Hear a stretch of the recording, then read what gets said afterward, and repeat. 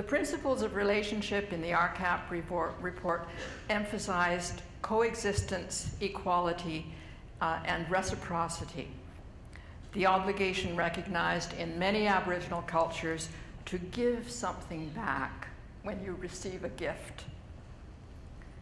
To maintain, and that giving back maintains balance in the creation.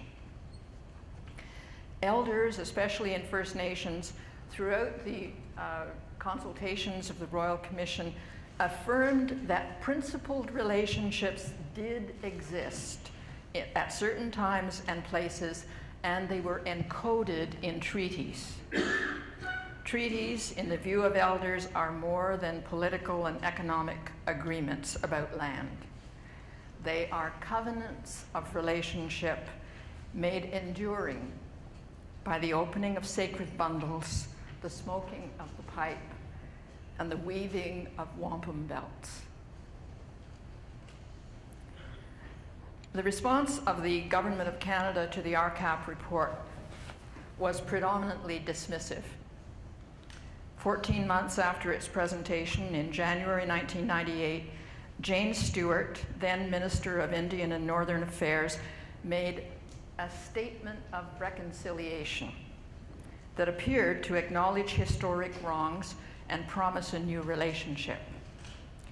A carefully worded statement of regret for physical and sexual abuse suffered in residential schools was accompanied by one concrete commitment: to create a $350 million healing fund, and the Aboriginal Healing Foundation was subsequently incorporated to manage and distribute the Healing Fund. The Healing Foundation has meticulously documented not only the financial aspects of community-based healing projects, and setting some kind of record for public accountability, I might say.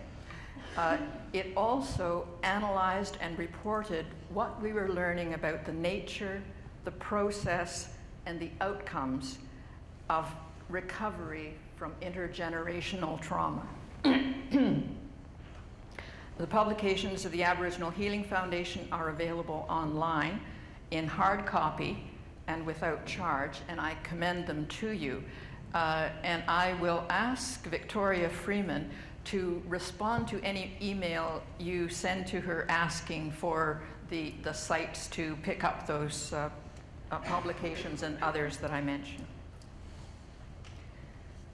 The first volume of a series specifically on reconciliation was by the Aboriginal Healing Foundation was released in 2008, just prior to the Prime Minister's apology and the launch of the Truth and Reconciliation Commission.